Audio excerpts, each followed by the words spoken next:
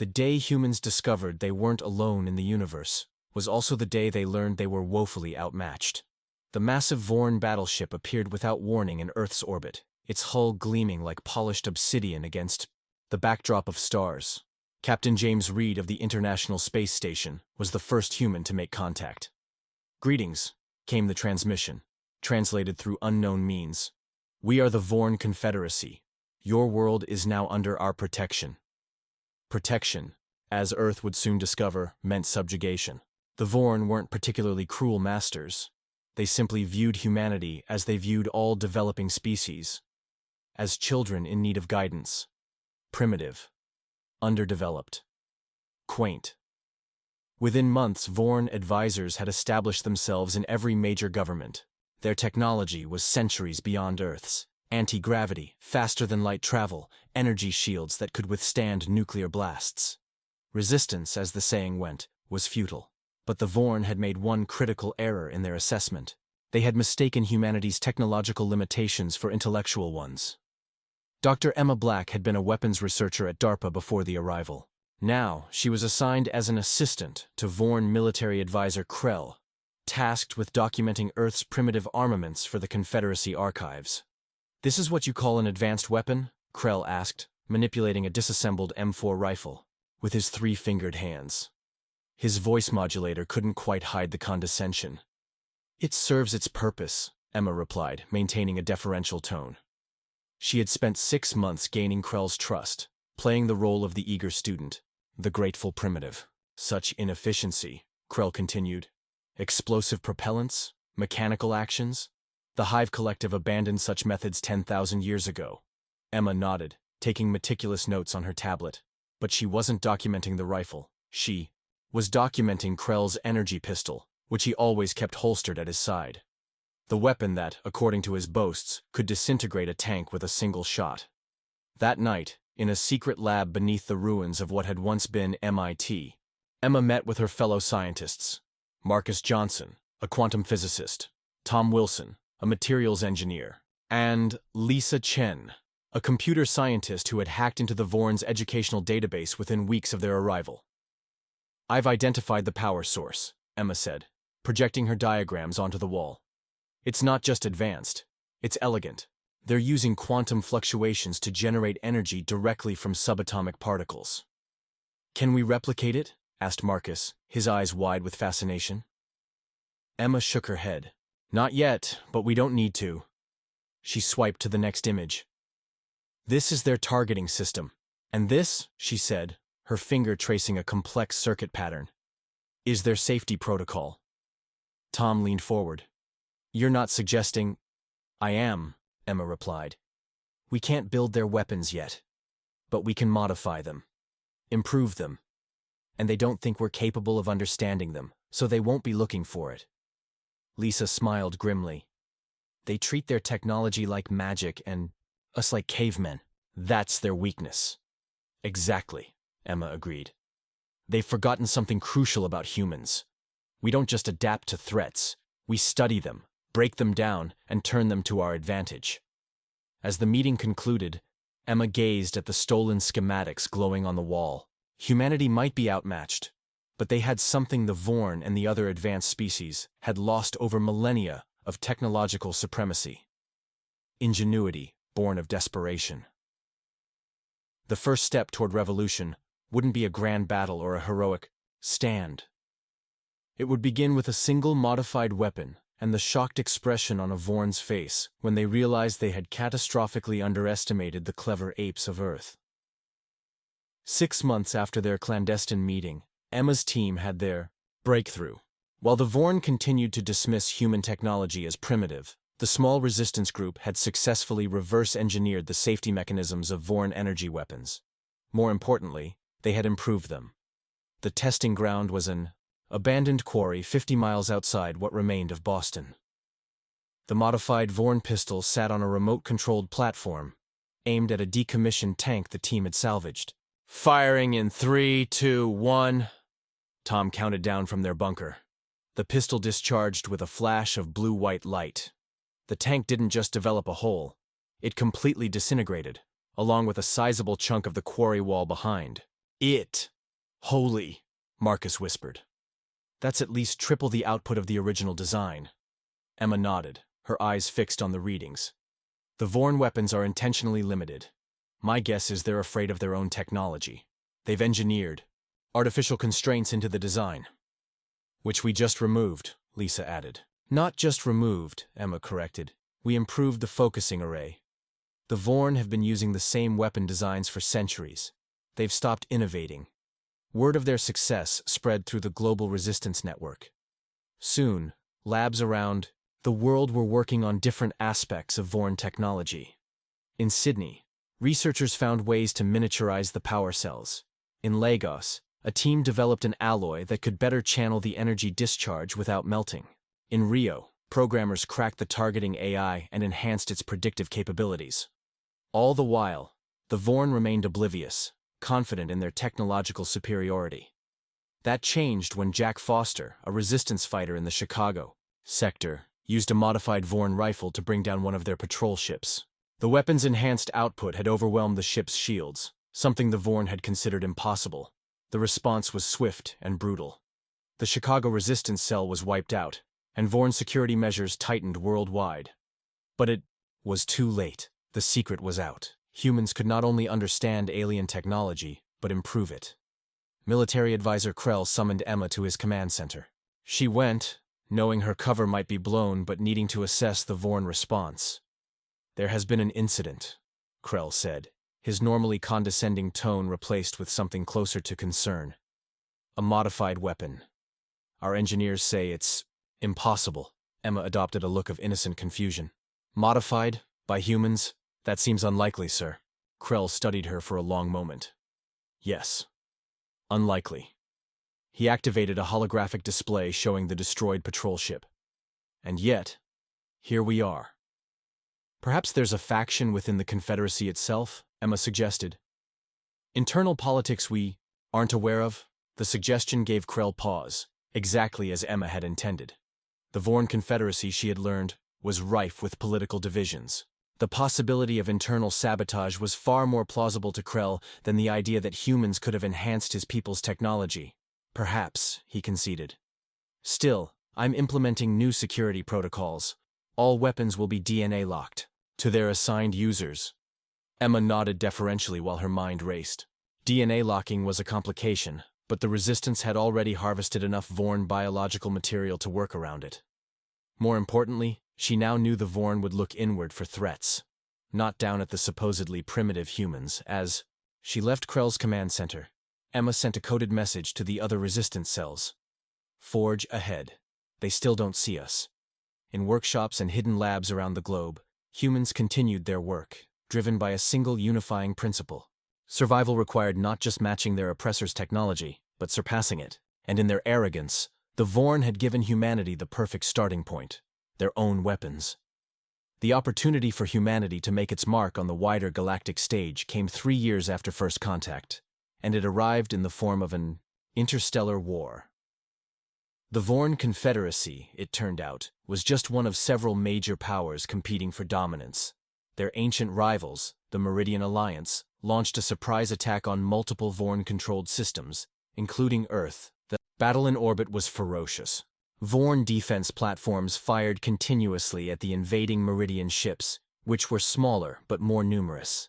From the ground, humans watched as their sky lit up with energy weapons and explosions.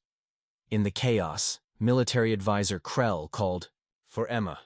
"We're evacuating all essential personnel," he explained hurriedly. "You've been designated as valuable Vorn property. Come with me to the shuttle." Emma followed, sending emergency signals to her resistance contacts. This was an unexpected development, but one that could be turned to their advantage. The evacuation shuttle was halfway to the Vorn command ship when a Meridian fighter scored a direct hit. The shuttle's engines failed, and it began to drift. Emma, strapped into her seat, watched as Krell and the Vorn officers frantically tried to restore power.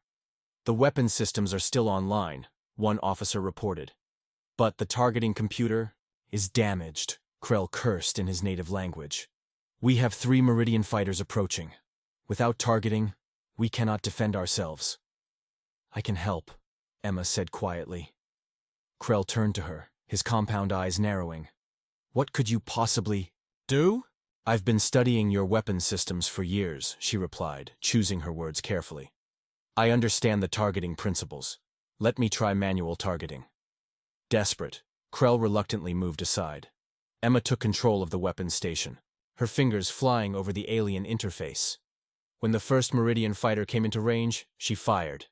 The shot connected, and the fighter exploded into fragments.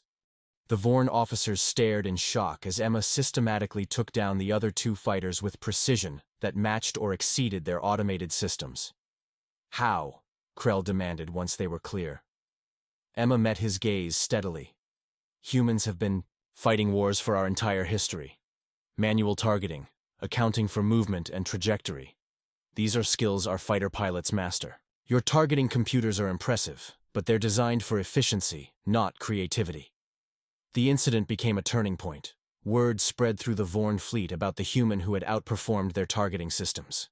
When they reached the command ship, Emma was not sequestered with the other human assets, but instead brought before Admiral Vorax, the regional commander. Is it true? The Admiral asked, towering over her. You operated our weapons better than our own systems? Different, not better, Emma replied diplomatically. Your systems are optimized for certain scenarios. I simply applied human combat principles to the situation. The Admiral studied her thoughtfully. The Meridians are pressing their advantage. In 3 sectors. Our defense strategies have become predictable to them. Perhaps a different perspective would be valuable. It was exactly the opening the Resistance had hoped for. Within days, a small group of human advisors joined the Vorn tactical team. All carefully selected Resistance members with military backgrounds and knowledge of the enhanced weapons. The Meridians had expected to face traditional Vorn tactics. Instead, they encountered weapons firing at impossible power levels and unpredictable targeting patterns born from millennia of human warfare. The tide of battle shifted. As news of these successes reached other Vorn commanders, requests for human advisors multiplied. For the first time, humans were being valued not just as subjects, but as tactical assets. In a secure communication to the Resistance, Emma sent a simple message. We have a foothold. The next phase begins. Across Earth, Resistance cells intensified their weapons development program. Now they had access to both Vorn and Meridian technology, creating hybrid designs that incorporated the best elements of both, along with distinctly human innovations. Humanity was no longer just surviving the galactic conflict. They were becoming an essential part of it. And in the shadows, they were building something neither the Vorn nor the Meridians could imagine. A uniquely human arsenal that would soon reshape the balance of power entirely.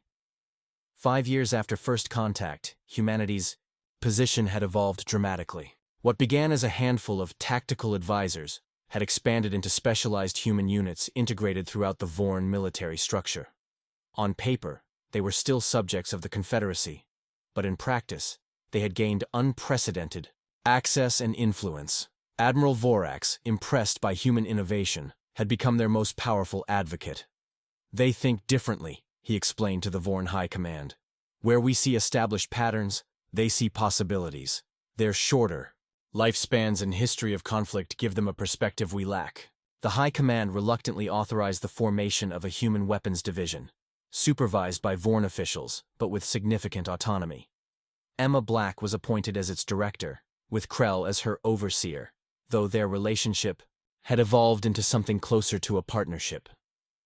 In their primary facility, converted from what had once been CERN in Switzerland, human engineers worked openly on projects that would have been considered treason years earlier. But now, their innovations were sanctioned, even celebrated, as long as they served Vorn interests in the war.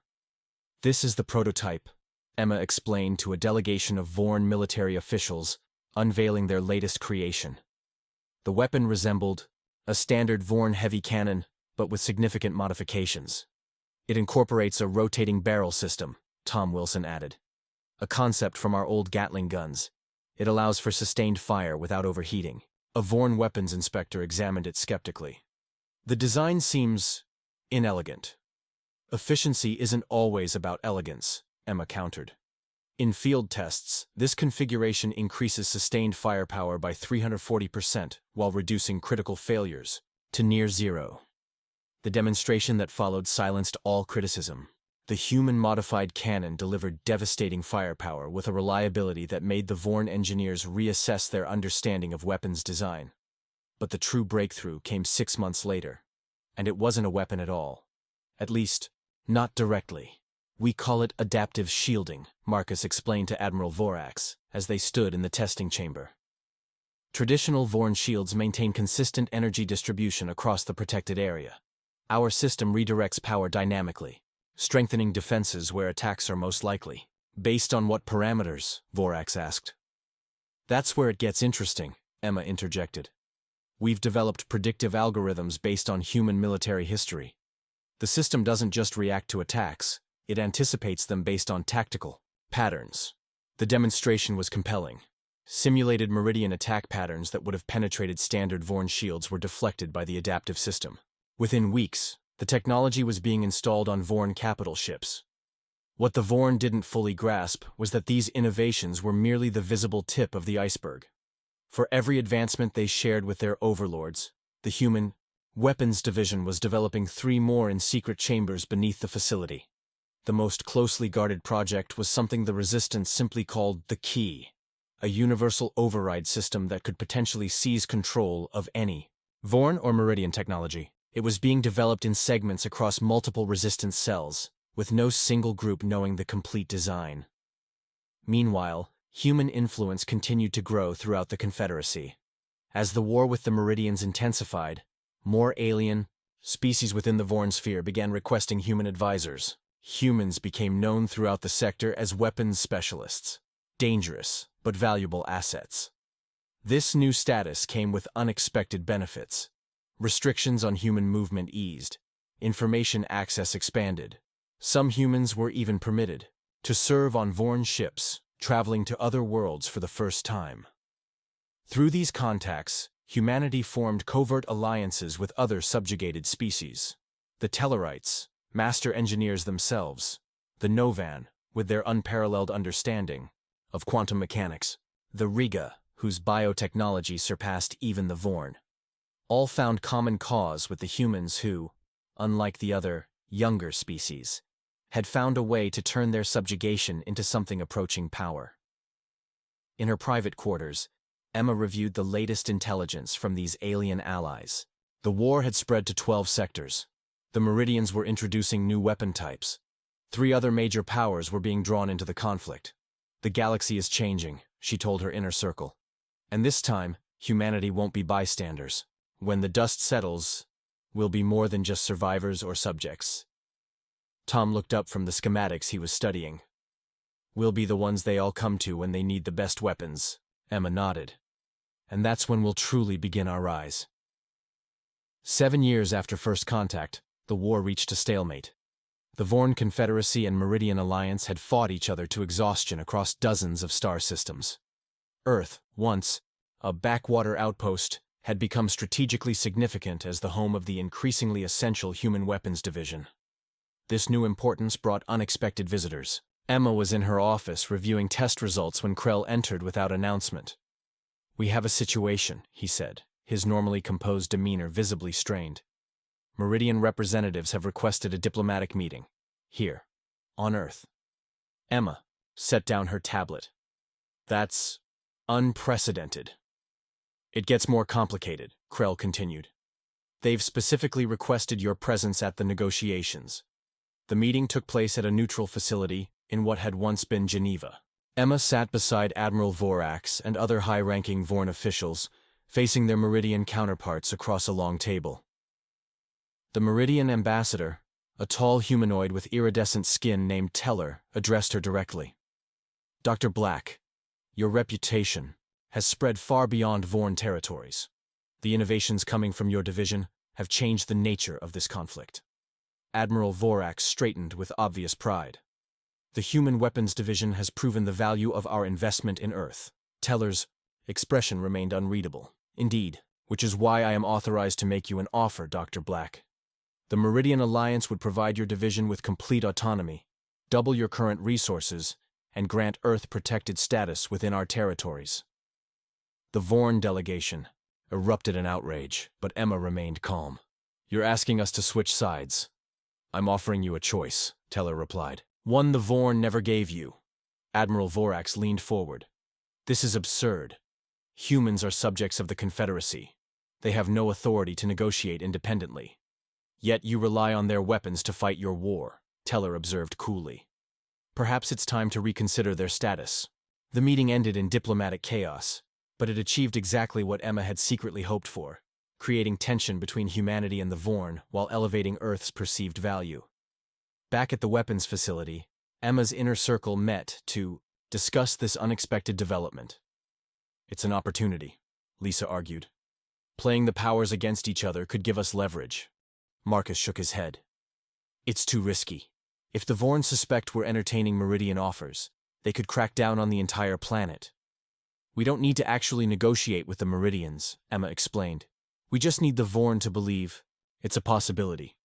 Fear of losing us will force them to grant us more autonomy. The strategy worked. Within weeks, the Vorn High Command approved a new status for Earth, protected autonomous region, rather than subject territory. Humans gained the right to maintain their own security forces, equipped with Vorn-approved weapons, of course, and expanded access to interstellar communications. Most significantly, the Human Weapons Division was granted permission to establish facilities on 3 Vorn colonial worlds, giving humanity its first official presence beyond the solar system. But the Meridians weren't finished. 3 months after the Geneva meeting, a small Meridian scout ship managed to penetrate Earth's defenses. Instead of attacking, it transmitted a tightly focused message directly to the Human Weapons Division before being destroyed by Vorn interceptors. The message contained detailed schematics of Meridian weapons systems more advanced than anything the Vorn had shared, along with coordinates for a potential future meeting in neutral space. It's a trap, Krell insisted when Emma showed him the redacted version of the message, with the meeting coordinates removed. The Meridians are trying to lure us into revealing Vorn military secrets. Or they're genuinely interested in what we can offer them, Emma countered. Either way, these schematics are valuable. There are design principles here we haven't encountered before. Krell reluctantly authorized research into the Meridian designs, under strict Vorn supervision. What he didn't know was that Emma's team had already duplicated the data and shared it with resistance cells worldwide. The real value wasn't just in the weapons technology, it was in the propulsion and navigation systems included in the schematics. For the first time, humanity had access to detailed plans for ships capable of independent interstellar travel. In a hidden facility beneath the Antarctic ice, human engineers began construction of Earth's first secret starship. Small, designed for stealth rather than combat, it had a single purpose: to reach the coordinates provided by the Meridians without Vorn knowledge. When the ship was completed 6 months later, Emma selected a trusted crew of 5 for the mission, led by former NASA astronaut Mike Bell. This is our most critical operation yet, she told them before departure. If you're captured, the Vorn will know we've been developing independent capabilities. Earth could face severe repercussions. And if we succeed? Mike asked. Emma's expression was grim but determined. Then humanity takes its first true step toward independence in this galaxy. Not as anyone's subjects or clients, but as a power in our own right. As the small ship slipped away from Earth under cover of a magnetic storm, Emma returned to her official duties, knowing the next phase of humanity's galactic rise had begun, and that the risks had never been higher. The rendezvous in neutral space changed everything. Mike Bell's crew returned after 3 weeks with news that exceeded even Emma's cautious hopes. It wasn't just Meridians, Mike reported in the secure underground chamber. Representatives from 7 independent powers were there. They've formed something they call the Coalition of Free Systems, specifically to counter both Vorn and Meridian expansion. Emma studied the data crystal they'd brought back. And they want our weapons technology. Mike nodded. They've been monitoring our innovations since we started modifying Vorn designs. They believe human weapons engineering could shift the balance of power. What are they offering in exchange? Tom asked. Full alliance, protection from Vorn retaliation. And this? Mike projected a hologram showing a massive space station. A dedicated facility for the Human Weapons Division, outside both Vorn and Meridian space. Complete autonomy. The opportunity was unprecedented, but the risks were enormous. If the Vorn discovered these negotiations, Earth would face severe consequences. Yet continuing under Vorn control meant perpetual subjugation. After days of secure communications with resistance leaders worldwide, a decision was reached. Humanity would pursue a dual strategy, maintaining their position within the Vorn Confederacy while secretly establishing ties with the Coalition. The next 3 years were a dangerous balancing act. On the surface, the Human Weapons Division continued developing innovations for the Vorn military. The adaptive shielding system was refined. New targeting algorithms were implemented. Humans gained even more prominence within Confederacy technical circles. Meanwhile, through a series of clandestine missions, key personnel and technologies were quietly transferred to the Coalition facility, now codenamed Forge. Located in an asteroid belt in unclaimed space, Forge grew into a thriving research center where humans worked alongside aliens who shared their desire for independence. The arrangement might have continued indefinitely, if not for the Novan incident. The Novans, longtime subjects of the Vorn, attempted their own rebellion using modified human weapons designs. The uprising was crushed brutally, but it left the Vorn High Command suspicious. Admiral Vorax, still humanity's strongest ally in the Confederacy, arrived at the Earth facility unannounced. The weapons used by the Novan rebels incorporated human design elements, he stated without preamble. Designs that were never officially shared with them. Emma maintained her composure. Many of our innovations have become standard throughout the Confederacy.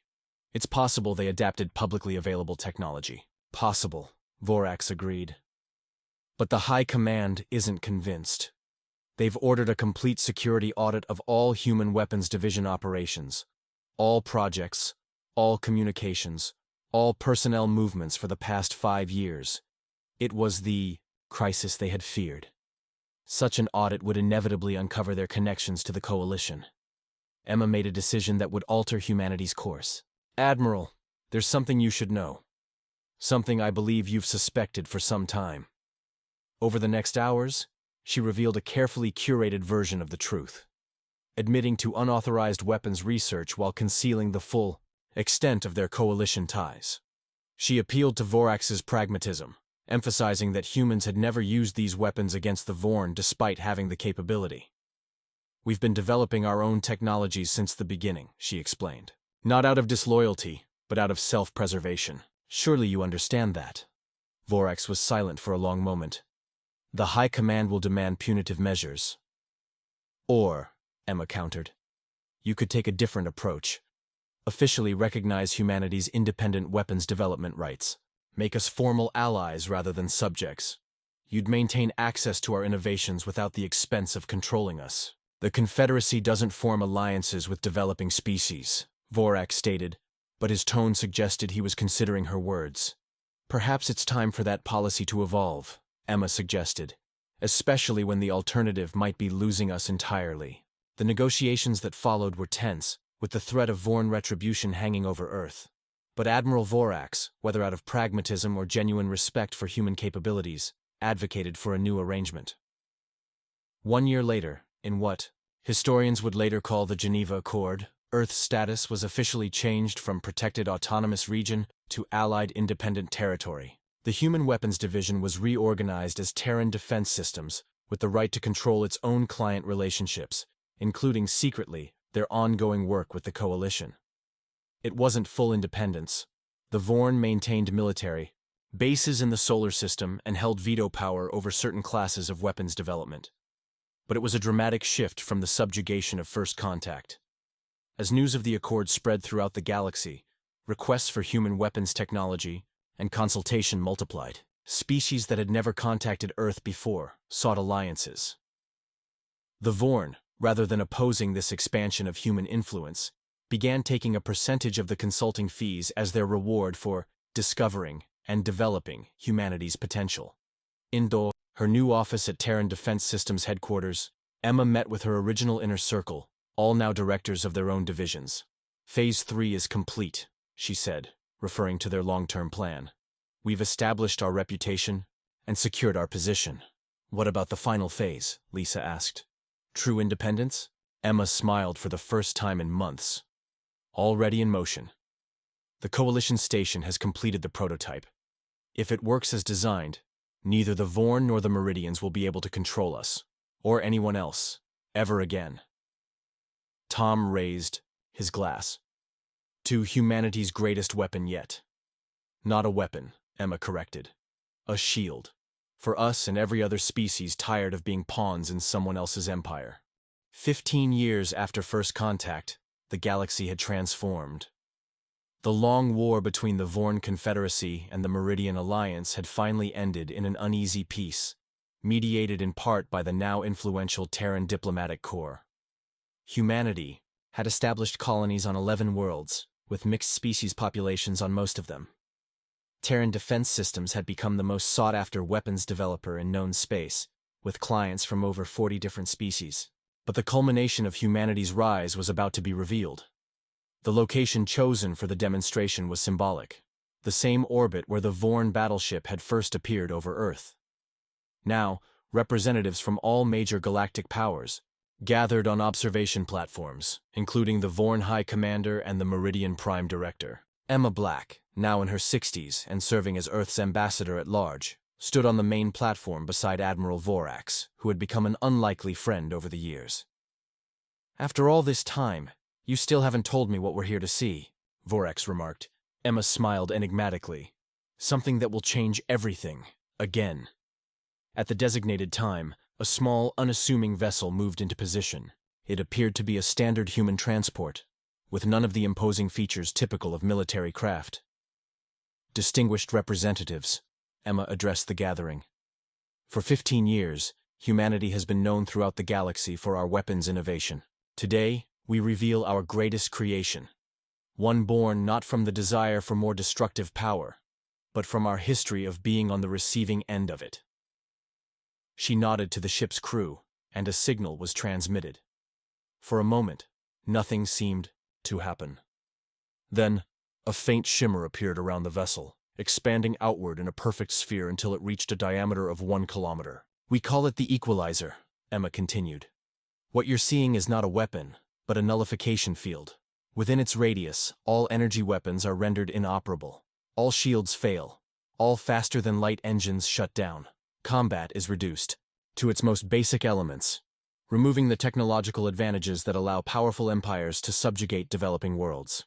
The demonstration proceeded with military vessels from various powers attempting to penetrate or disable the field, all without success. Energy weapons fired at the bubble dissipated harmlessly. Missiles were intercepted by point defense systems at the bubble's edge. Nothing got through, and nothing within the bubble could project force outward, except through conventional, limited-range physical weapons. The implications were immediately clear to every military mind present. With this technology deployed, no species could easily dominate another through superior energy weapons or defenses. The cornerstone of both Vorn and Meridian power projection had been neutralized. "This is an outrage," the Meridian Prime Director protested. "This technology undermines galactic security." "On the contrary," Emma countered calmly, "it enhances it. The Equalizer creates zones where diplomatic solutions become the only practical option. We're not eliminating conflict. We're changing its nature." The Vorn High Commander studied Emma with his compound eyes. "You've been planning this since the beginning." "Not this specifically," she admitted. "But we always intended to ensure that what happened to Earth, subjugation through technological superiority, couldn't happen to anyone else, including ourselves." In the days that followed, reactions varied dramatically. The major powers threatened sanctions against Earth. Smaller, vulnerable systems began placing orders for Equalizer units. The Coalition of Free Systems publicly endorsed the technology, offering protection to Earth against potential retaliation. But the most surprising response came from Admiral Vorax. In a private meeting with Emma, he revealed that a faction within the Vorn leadership had been pushing for a more cooperative approach to galactic relationships. "Your Equalizer makes their arguments much stronger," he explained. "If technological supremacy can no longer guarantee control, perhaps cooperation becomes the more efficient strategy." "That was our hope," Emma acknowledged. 6 months later, the Galactic Concord was formed, the first truly representative, interstellar governing body where technological advantage no longer determined influence. Earth became a founding member, with Terran Defense Systems continuing its role as the galaxy's premier weapons developer, but now focusing on defensive technologies and precise, limited-range weapons that could function within equalizer fields. The human approach to weapons design became a philosophy studied throughout the galaxy. The balance of innovation and restraint, power and limitation. Species that had once looked down on humanity as primitive now sent their brightest minds to Earth for training. On the 10th anniversary of the equalizer's introduction, Emma Black, now retired but still revered as the architect of humanity's rise, sat in her garden overlooking the Pacific. With her were the surviving members of her original team, Tom, Marcus, and Lisa, all now legendary figures in their own right. "Did you ever imagine it would turn out like this?" Marcus asked, watching the sunset. Emma considered the question. "Not exactly this. But I always believed that what made humans dangerous wasn't our aggression or our technology. It was our adaptability. Our ability to take someone else's advantage and turn it into our own. The perfect weapons engineers," Lisa mused. "Because we've spent our entire history being outgunned and finding ways to survive anyway. And because we remember what it's like to be the underdogs," Tom added. "Most of the older species forgot that feeling millennia ago." As night fell, they could see the lights of a mixed-species settlement on the horizon, one of many that had sprung up across Earth as the planet became a cultural and technological hub. Above, the stars were no longer distant and unreachable, but filled with worlds where humans lived and worked alongside dozens of alien species. "We didn't just become weapons engineers," Emma reflected. "We became something much more important. We became the conscience of a galaxy that had forgotten the value of balance. The galaxy would face new challenges in the centuries to come, new threats, new conflicts, new powers seeking dominance. But the legacy of humanity's rise from subjugation to influence would endure. The principle that the greatest weapon isn't the one that causes the most destruction, but the one that creates the space for something better to emerge from the chaos." In workshops and laboratories across known space, humans continued their work, developing technologies that would shape the future, not as conquerors or subjects, but as innovators who understood the responsibility that came with their gift for turning adversity into advantage.